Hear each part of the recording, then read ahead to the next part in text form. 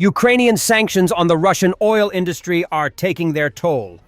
Russian telegram channel Nezigar is writing about the current state of Russian refineries and fuel market. Tensions in Russia's fuel market are rising. In Primorye, there are kilometer-long queues at gas stations, and wholesale prices for gasoline and diesel have hit record highs.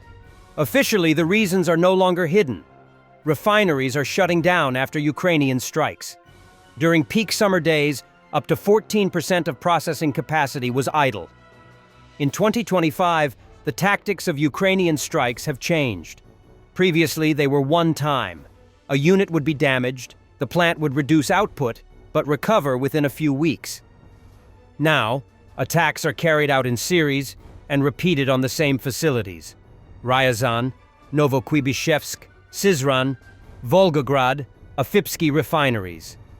This prevents the restoration of primary processing and hydrocracking and catalytic cracking units. For example, after a series of attacks, Ryazan refinery, 5% of Russia's capacity, has half its processing halted, while Novokuybishevsk refinery, 3%, has its primary processing damaged. The largest refinery in southern Russia, Volgograd's Lukoil, as well as the Samara and Syzran refineries, have stopped receiving crude. Ukraine is widely using drones with a range of 1,500 kilometers, such as the AQ-400 produced by Firepoint, capable of reaching the Volga region. Simultaneously, drones and maritime drones are targeting export terminals. Attacks on Ust-Luga and Novorossiysk have temporarily halted oil product shipments. Madyar reported hitting the Druzhba pipeline, which supplies oil from Russia to its historical homeland. The choice of refineries as targets is explained by their technological vulnerability. Modern Russian refineries were built using equipment from Shell, Axens, UOP, and Haldor Topsoe. Hydrocracking, catalytic reforming, isomerization, and Euro 5 component production. After 2022, deliveries of equipment, software, and catalysts ceased. Catalysts are consumables, replaced every 1 to 3 years. Without Western supplies, Russia relies on old stock or Chinese analogs with inferior performance. Hydroprocessing reactors and compressors are manufactured in only a few countries, with delivery times up to a year. China can cover only part of the deficit: pumps, heat exchangers, and simple catalysts. However, for complex processes, its technology lags, and replacing Western components with Chinese ones requires restructuring the entire refinery unit. As a result, every Ukrainian strike on a hydrocracking or reforming unit leads to months of downtime. The map of Russian refineries reveals a key strategic problem. The main processing capacities are concentrated in the European part of the country, while fuel consumption is rising in the Far East. Fuel logistics chains to eastern regions span thousands of kilometers, creating additional costs and risks. Kilometer-long queues in Primorye are a direct consequence of this imbalance between Western production and Eastern consumption. Large refineries, from Kirishi to Volgograd, are within reach of Ukrainian drones. The Flamingo missile, if its specifications are confirmed, can reach Russia's largest refinery in Omsk.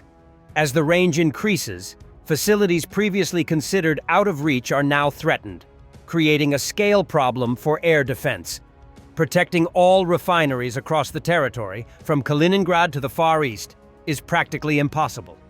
Consequently, Russia's oil and gas industry, once a source of economic strength, has become a vulnerable spot.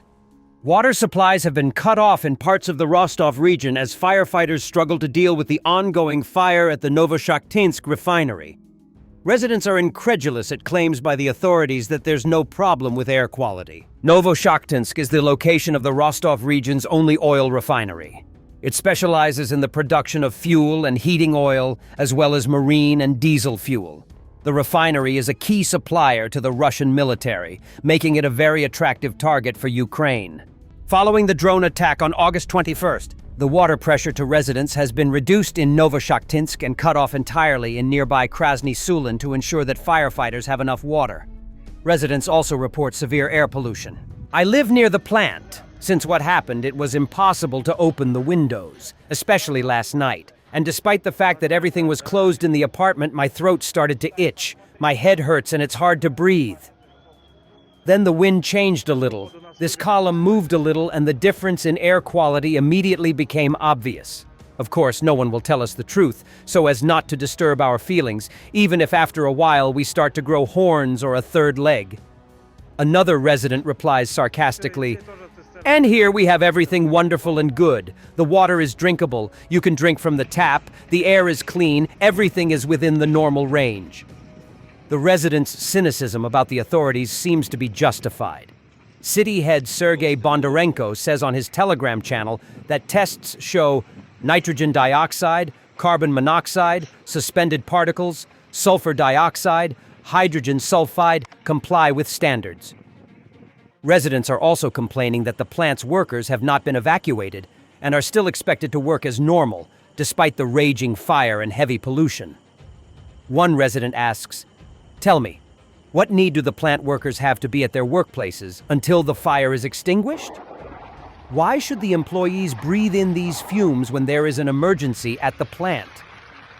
To add insult to injury, workers say that the plant's owner, JSC NZP Engineering, has not paid them for more than 4 months, nor has it paid ordinary workers, welders, or fitters. They have appealed to Rostov Regional Governor Yuri Slusar, but have had no response. One of them says, "We have nothing to feed our families with. Children cannot go to school on 1st September. There is no money even for notebooks and pens." Maximum surveillance. How Russians are being driven into the FSB's pocket messenger. Starting September 1st, the Russian messenger. Max will become mandatory for pre-installation on all devices in Russia. But users have already noticed that the app accesses the camera every 5 to 10 minutes, even when running in the background. In other words, a smartphone turns into a peephole for the security services, switching on without the owner's knowledge. The developers rush to explain themselves. Supposedly, the camera activates only during video calls. But strangely enough, the camera also works when the app isn't even open. Without Max, it will be impossible to log into the Gosislugi government portal.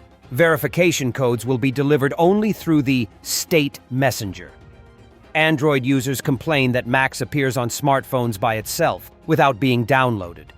The reason may be that Rustore is allowed to install third-party programs at its own discretion, meaning even a voluntary refusal to install doesn't guarantee the app won't end up on every Russian smartphone.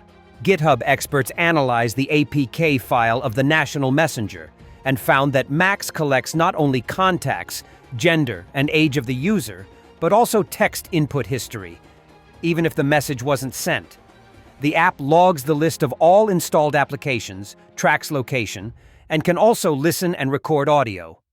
In essence, it's full-fledged spyware disguised as a citizen's messenger. Max does not use end-to-end encryption.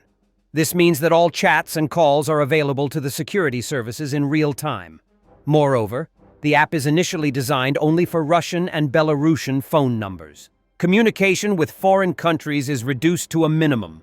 Max is just another brick in the construction of a sovereign internet, cut off from the outside world and fully controlled by the state. At the same time, Roskomnadzor announced that measures are being taken to partially restrict calls in Telegram and WhatsApp in Russia. The agency explained the partial blocking of calls in these messengers as part of the fight against fraudsters. I think that after September 1st, it won't take long before WhatsApp, Telegram, and other foreign messengers are completely blocked in Russia. Thanks for watching, and don't forget to subscribe. Also, if you want to support Warthog Defense, please become our member and get early access to new videos, exclusive members-only videos, and become administrator in comment section. The membership link is in the description. Rescues every day. We had a guy last week, it's 6 rescues in 6 days. You know, he's doing the job every day.